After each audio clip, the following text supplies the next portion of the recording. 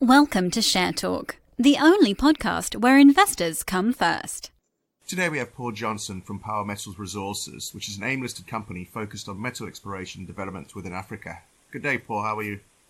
I'm fine, thank you, Rob. How are you doing? Yeah, not too bad, thanks. You've had a bit of news recently, so let's talk about the RNS that you released about the completion of the strategic and operational review. So my first question is going to be, why do you have to do this? Okay, you do actually see quite a few companies doing this type of exercise. In the case of Power Metal Resources, which was formerly African Battery Metals, the company was suspended pending financial clarification in December because they had a few creditors that they were struggling to pay. We refinanced and restructured in February, but in fairness, everyone associated with the business, from the exchange through to the advisors and of course the investors, need to see that this is a cleansed and clean company that's properly gone through a process of introspection, as it were, and self-examination. And that's what the strategic and operational review does in the round. It's really a whole review of the company, its place in the market, and what position it's in, and is it able to move forward effectively. And so with this review, do you think you can take us through some of the areas that you went through? Yeah, sure. Well, the immediate area, of course, after the refinancing in February was to look at all of the costs within the business. We'd done some of that in advance, and we carried on some of that work to make sure we get the cost down to a level that we're comfortable with. And that's everything from suitable levels of board compensation through to general advisory fees and just the general cost of running the business and its projects, and making sure that we were only spending money that was absolutely necessary. Alongside the finance, we've looked carefully at the management.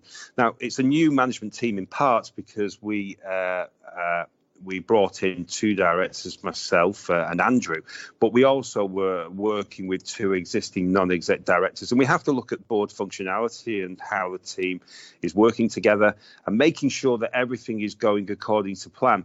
And I have to say, that process was very successful. We've got a very, very effective management team. They're doing their respective roles very, very well, and it's really exceeding our expectations, to be honest. It's all going very well indeed. Now, alongside the business finances and the business management, we've had to look at the opportunity that Power Metal Resources presents for investors on the market.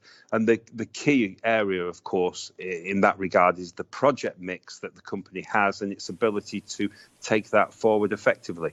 Okay, now you took on some projects in February. What did you find there? Yeah, when we restructured the company, it had three original interests: the DRC, Cameroon, and the Ivory Coast. We've decided so far to push ahead proactively with the DRC first, with the Kasinka cobalt copper project. The work there found through termite mound sampling found a 6.8 kilometre copper anomaly through the heart of the license. So exceeding expectations on that one from the off, which was great for the business. And then we had Cameroon, which we decided to push ahead with. We have licensed ground very near to the Kamuna cobalt deposit, the largest cobalt deposit or defined resource outside of the DRC. We've undertaken a pitting and sampling program, and we found geology which is similar to the Kamuna deposit next door. So that potentially is a very substantial project for us. So on our two original interests that we so far have decided to push ahead with, we've had some super results. Really the kind of best start you could hope for. Okay, so you've mentioned some of the assets. What about Tanzania and Botswana? What's happening there? Okay, well, in addition to the original projects within the business in February, we've also acquired new operational interests in two jurisdictions, as you mentioned. With Tanzania, we're in joint venture with Katoro Gold, which is listed on AIM with the ticker KAT. In regard to the Haneti nickel sulfide project, that we have a 25% interest in that project, so we can increase that in the next 9 or so months. by a further 10% to 35% if we pay Katoro a cash fee, as it were, of £25,000. We've made a number of announcements on the Haneti project, and essentially the next step is a drilling program.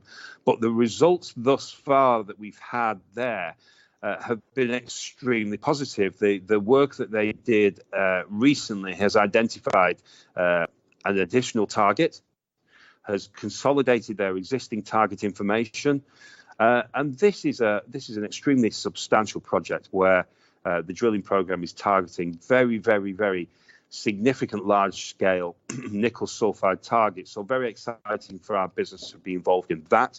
In Botswana, we acquired 18.26% stake in Kalahari Key Mineral Exploration, which is a Botswanan company that has a single project called the Malopo Farms Complex Project. They've conducted helicopter airborne electromagnetic work, which is where they fly the equipment over and identify targets. They have, from that work, 17 targets. They've recently completed, and we announced this, their ground geophysics program over their top 10 targets, and at the moment interpreting all of that geophysical data with a view to identifying the 1, 2, 3 or 4 drill targets, which is the next stage. So drilling again in Botswana. Now, if we like this data that comes out of this work, Power Metal Resources has the right by the end of the year to elect to earn into a 40% direct project stake. And if you take that direct project stake and you add the shareholding of 18.26%, that means we would have an effective interest in that Malopo Farms Complex project of about 51%. And that's targeting nickel copper PGMs. So the two new acquisitions in Tanzania and Botswana are nickel focused targets, which at the moment is fabulous because the nickel market seems to be bubbling. The commodities coming alive. The forward supply demand dynamic looks incredibly impressive.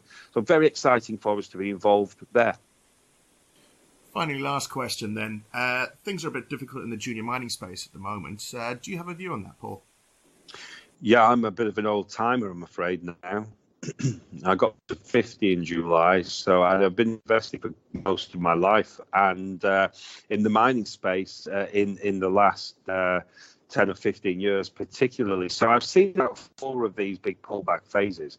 When they happen, when the market gets to this kind of low with share prices on the floor and most commodities struggling, perhaps nickel and gold aside, you tend to see all sorts of excuses, Brexit, the general economy, the potential of market crashes, and all these kind of factors come to the fore. But we're just in a cyclical business where you get these horrible lows and then you get the incredible highs. And if you look at it on the charts with a roller coaster style pattern, the time to be most excited is right now when we're at the bottoming phase, because that's when the highest likelihood of a big return kicks in. If you look at Power as a business, we've built our company really in the last 6 months, added new acquisitions, taken forward existing project interests.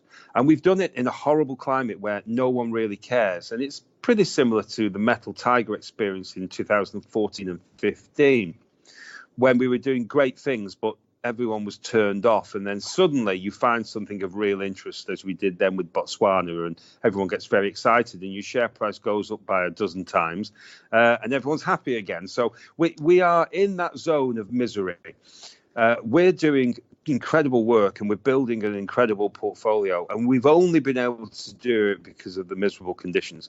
My life experience and investing experience suggests that this is a really positive time for us in our marketplace. If people can afford to acquire positions, they can hang on to the positions they have, and it doesn't affect their life to do so, then they've got a great opportunity in our space. And I think, and I have to say this because I run this business and I built the model, but Power Metal Resources is well placed to give people an exposure to an upside in the resources sector. I think it's one of the, well, actually, quite frankly, I think it's by far and away the best business model that I've built in our space.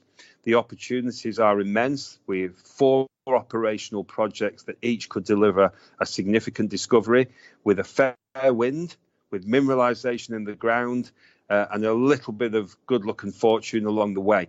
So sector-wise, very miserable, but honestly, I think it's it's almost a lifetime opportunity. I certainly see that from my perspective, looking at my own portfolio and the opportunity to see growth in that over the coming weeks, months and years. It's always good to get your perspective then on it, Paul. Thank you for taking the time, and I'm sure that we'll be back with you at some point soon with another update. Oh, I think you will. With the pattern of news flow that we're building in the business, I think that's almost definite. Thank you for listening. Remember to visit our website for more news and other podcasts at www.share-talk.com.